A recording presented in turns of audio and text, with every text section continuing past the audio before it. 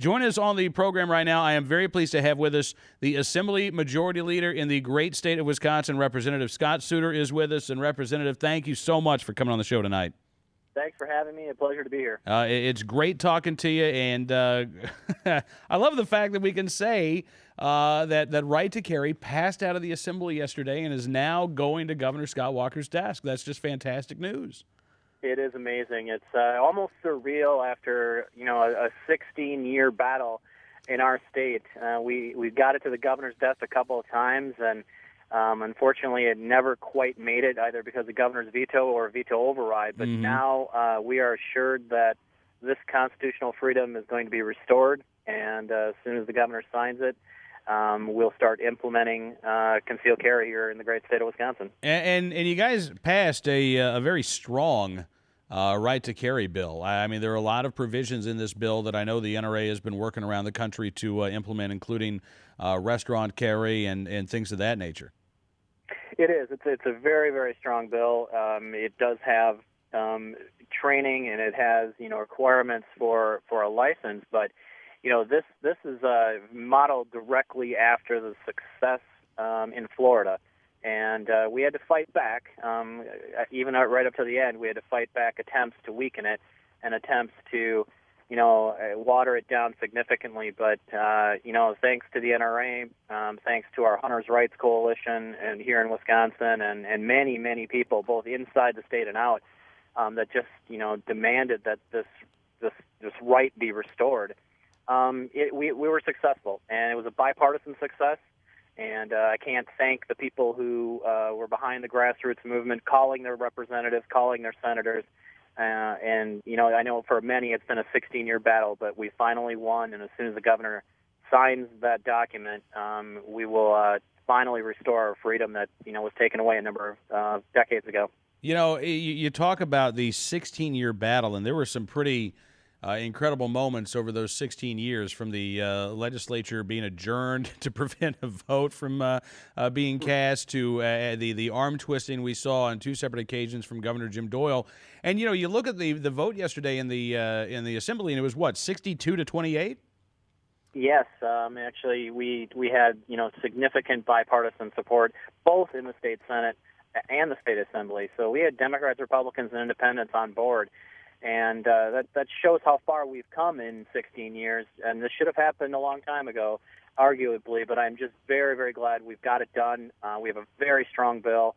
It's going to, and frankly, I think it's going to help, help protect a lot of families and save lives here in Wisconsin. I truly believe that, and so do many, many others. And it doesn't matter whether they're Democrats, Republicans, or Independents. They wanted this. They wanted the right, the restored, and they fought to do so, and they deserve the credit for getting the job done.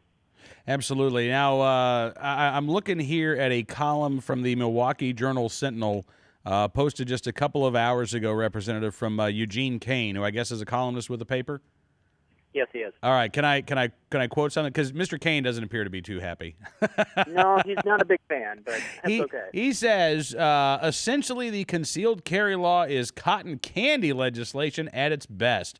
It's a sweet snack for supporters to enjoy with no real substance. Now, here's my first question, Representative. If there's no real substance to this bill, then why were people like Eugene Kane so adamantly opposed to it for 16 years?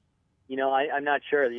Both journalists like him, who are supposed to be impartial but apparently aren't, and others. And you've had papers, and you've had statewide news organizations say, this is horrible. We can't do this. This is going to be the wild, wild west.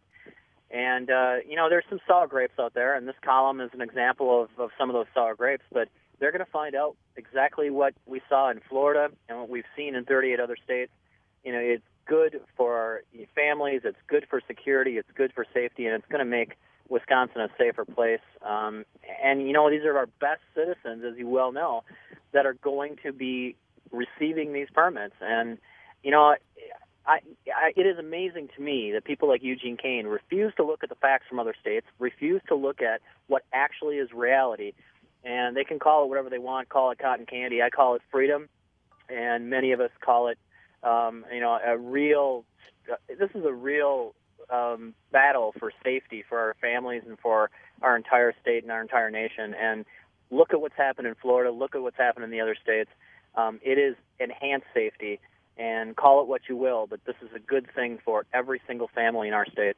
I could not agree with you more, Representative. And, I remember going back, was it 2006, to the NRA annual meeting in Milwaukee, Wisconsin, and just looking out at the crowds and talking to folks and just, hearing firsthand how important an issue this was. I am so pleased that 5 years after that, your soon right to carry is going to be the law of the land in Wisconsin. I can't thank you enough for everything that you've done, and I really appreciate you coming on the program tonight. Well, I appreciate it, and I appreciate the NRA, everything they've done. They've really spearheaded the battle here and developed a very, very strong coalition and a lot of grassroots support. And I can't thank those individuals enough that never, ever, ever gave up. And it's important to every single family in the state that wants to protect themselves. Thank you so much, Representative. Look forward to talking to you. Let's have you back on the program after Governor Walker makes it official. I would love to. Thank you. I appreciate the invitation. All right. Thank you. Have a great night. State Representative Scott Suter, the Assembly Majority Leader in the state of Wisconsin, talking right to carry.